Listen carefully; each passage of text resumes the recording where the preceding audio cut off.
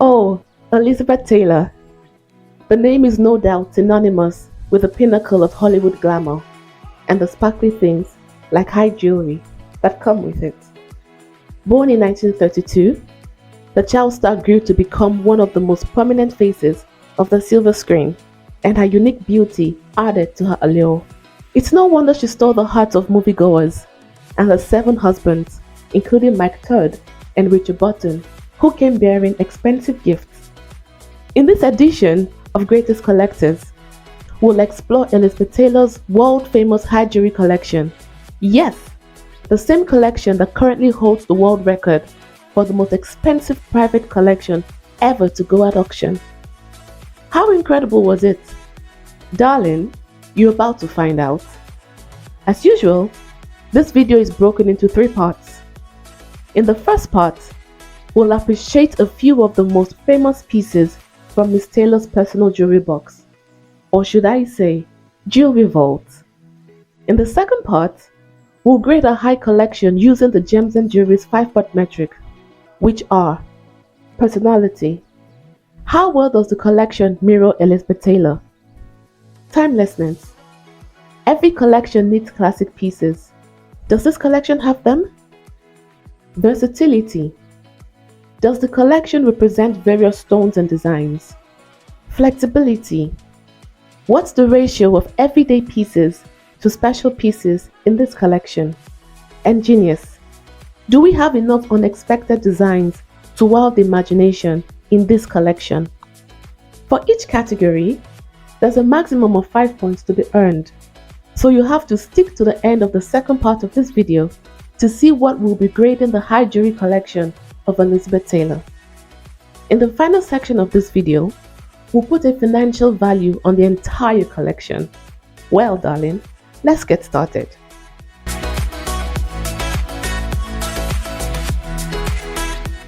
We kick things off with this impossibly grand emerald and diamond suite by Bulgari.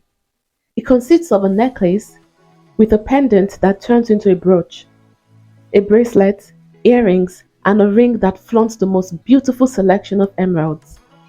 They were a gift from her husband, Richard Burton, who famously said, "I introduced Elizabeth to beer, and she introduced me to Bulgari."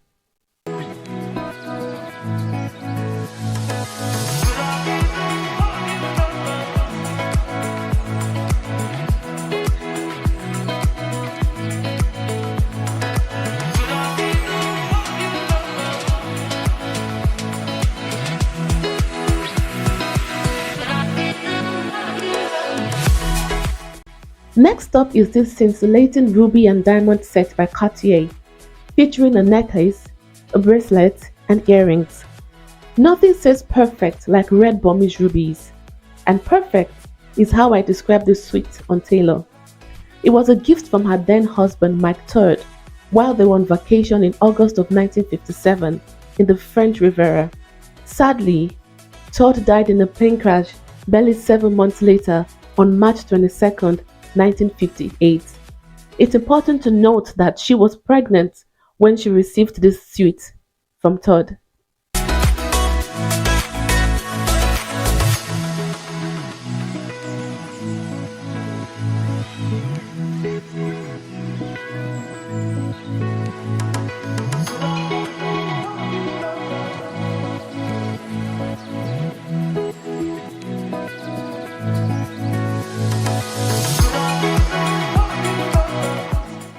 Another wonder from Bulgari, and another gift from Burton. This emerald and diamond floral brooch is designed as a spray of variously shaped diamond flower blossoms set with oval-cut emerald pistils and petals. It also flaunts baguette-cut diamond stems and is mounted in platinum.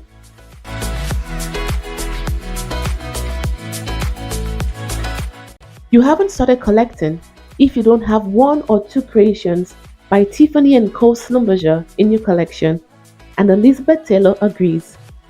Elizabeth stayed with Burton when he was filming John Huston's Night of the Iguana, And to commemorate that period, and also for the film's opening, Burton gave this bejeweled diamond, sapphire, and emerald dolphin brooch to his wife.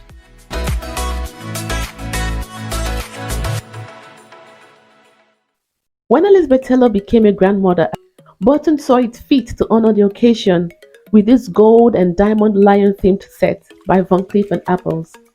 The gold, diamond, and emerald piece features a lion's head that was inspired by Venetian door knockers. It can be refashioned from a necklace into a choker, a pair of bracelets, or a brooch with a detachable pendant. Good one, Burton. Good one.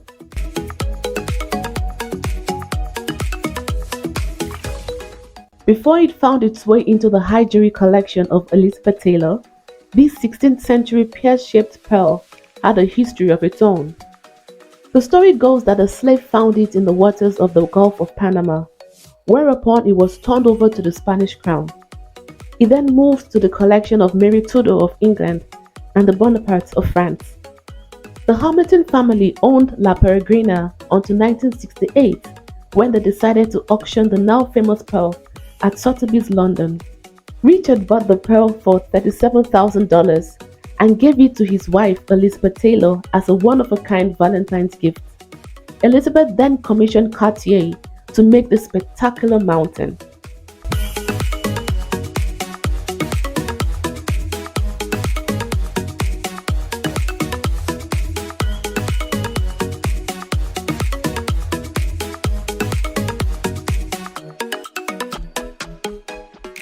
In 1972, Richard Burton gifted this necklace by Bulgari to his wife in celebration of her 40th birthday.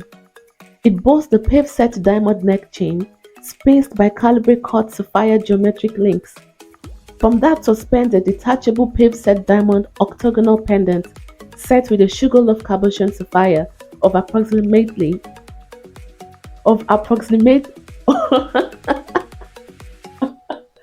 52.72 carats.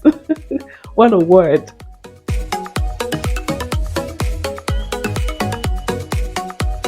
Elizabeth Taylor and Wallis, the Duchess of Windsor, were friends. Back then, the Burtons would often visit the Duke and Duchess when they were both in Paris. Upon Wallis's death, her jewelry collection, named the Unofficial Crown Jewels, went on auction and Taylor bought this brooch from it. It was Elizabeth's first time of bidding at an auction, and the brooch was one of the pieces she bought for herself in her legendary high jewelry collection. Perhaps Elizabeth chose this brooch because Richard Burton was born in Wales. To see my video on the high jewelry collection of Wallis, Duchess of Windsor, click this card at the top.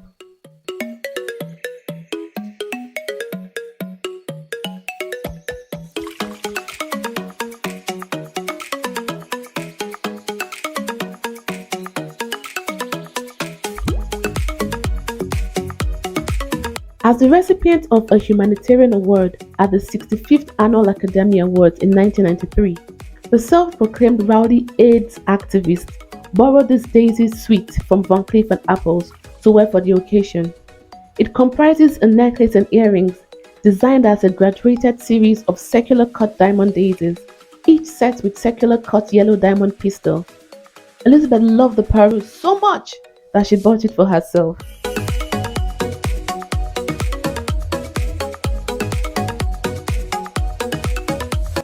This 33.19 carat deep flawless diamond ring, formerly known to the world as the crop diamond, was a gift from Burton to Taylor, and I dare say it was a symbol of his eternal love for her.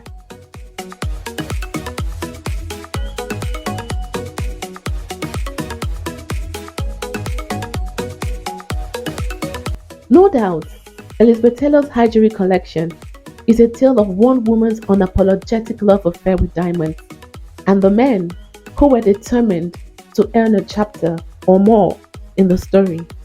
So what do we grade this collection? For personality, this collection gets 5 out of 5. It's clear that the pieces in the collection are a mirror of Taylor's exquisite taste. When it comes to timelessness, I give this collection a total of 4 out of 5.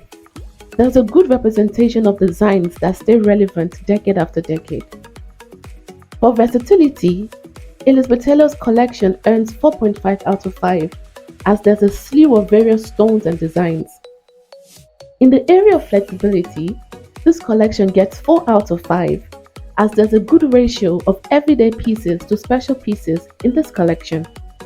Finally, when it comes to genius, this collection gets an expected 3.5 out of 5.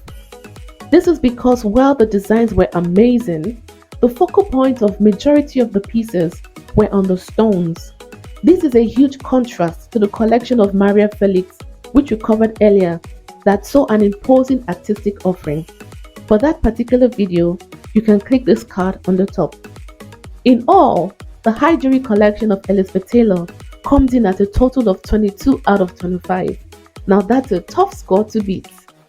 So, what was it worth?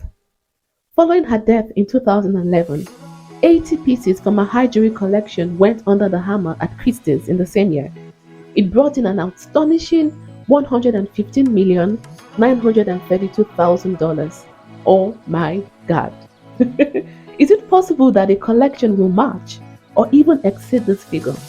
Well, this May, Christie's will be auctioning 700 unbelievable pieces from the high jewelry collection of Heidi Horton, which is estimated to sell for $150 million. Now trust us, we are going to follow that story and see how it goes. And once the sale is complete, we'll be sure to cover that collection in another video. So what do you think about the high jewelry collection of Elizabeth Taylor? Let me know in the comment section below. Thank you for watching this video, and I'll see you in the next one. Bye bye.